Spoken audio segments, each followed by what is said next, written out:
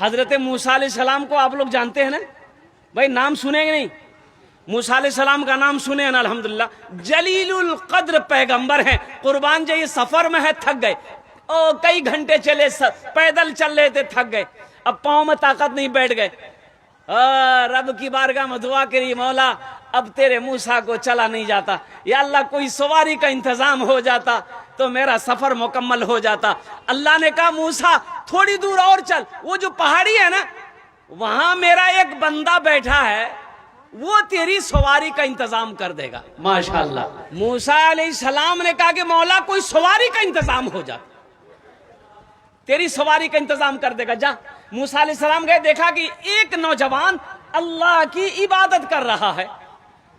سلام دعا ہونے کے بعد وہ نوجوان نہیں پہچانتا تھا یہ اللہ کے پیغمبر ہیں، یہ اللہ کے کلیم موسیٰ علیہ السلام نہیں پہچانتے، کوئی مسافر ہوگا۔ سلام دعا ہوئی تو موسیٰ علیہ السلام نے دائیں دیکھا، بائیں دیکھا، آگے دیکھا، پیچھے دیکھا، اوپر دیکھا، نیچے دیکھا، کوئی سواری نہیں ہے۔ اب اس وقت کی سواری یہ تھپاچی تھوڑے تھی، ارے اس وقت کی سواری موٹر سائیکل، جیپ، کار، ٹرین، بس نہیں، اس وقت تھی انوں کے، یہ سب کے تو بنیاد ہی نہیں تھی، وجود ہی نہیں تھا یہ تمام سواریوں کی۔ اس وقت سواری کیا تھی؟ یہ گھوڑا ہے، ہاتھی ہے، اونٹ ہے، کھچر ہے، گدھا ہے، یہی سب سواری۔ تو دیکھا کہ یہاں اونٹ نہیں ہے، ہاتھی نہیں ہے، گھوڑا نہیں ہے، کھچر نہیں ہے، گدھا نہیں ہے، یہ نوجوان میری سواری کا انتظام کیسے کرے گا؟ لیکن اللہ نے کہا ہے یہ نوجوان تمہاری سواری کا انتظام کر دے گا۔ بیٹھ گئے تو موسیٰ علیہ السلام نے کہا کہ نوجوان مجھے فلاں جگہ جانا ہے، میری سواری کا انتظام کرو۔ اللہ نے کہا، اللہ نے کہا ہے سواری کا انتظام کرو۔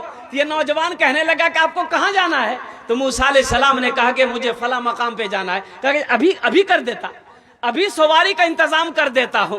اور قربان جاؤ، آسمان کی طرف یہ نوجوان دیکھا ایک بادل کا ٹکڑا ہے، بادل کے ٹکڑے کی طرف یہ نوجوان اشارہ کیا شہادت کی انگلی سے، اے بادل کا ٹکڑا زمین پہ لگ جا۔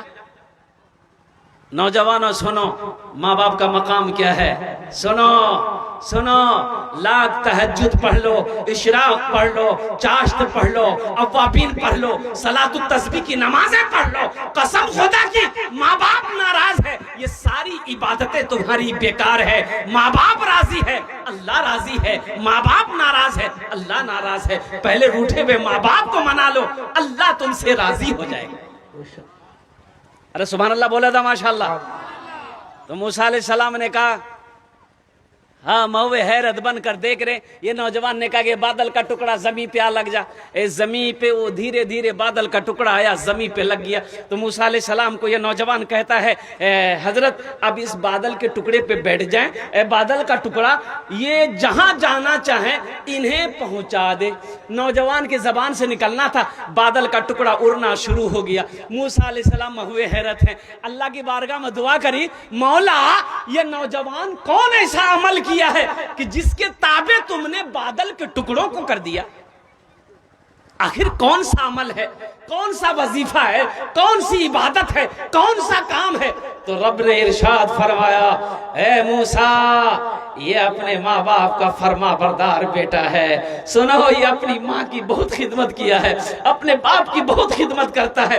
ایک دن اس کی ماں نے کہی کہ مولا میں اپنے بیٹے سے راضی ہوں، تو بھی راضی ہو جا۔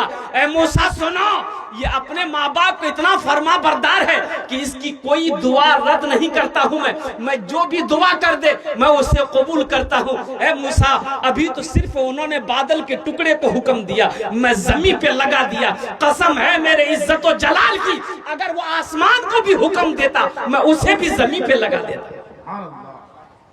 یہ ماں باپ کا مقام ہے۔ نوجوانوں اپنے ماں باپ کے مقام کو سمجھو اور قربان جاؤ۔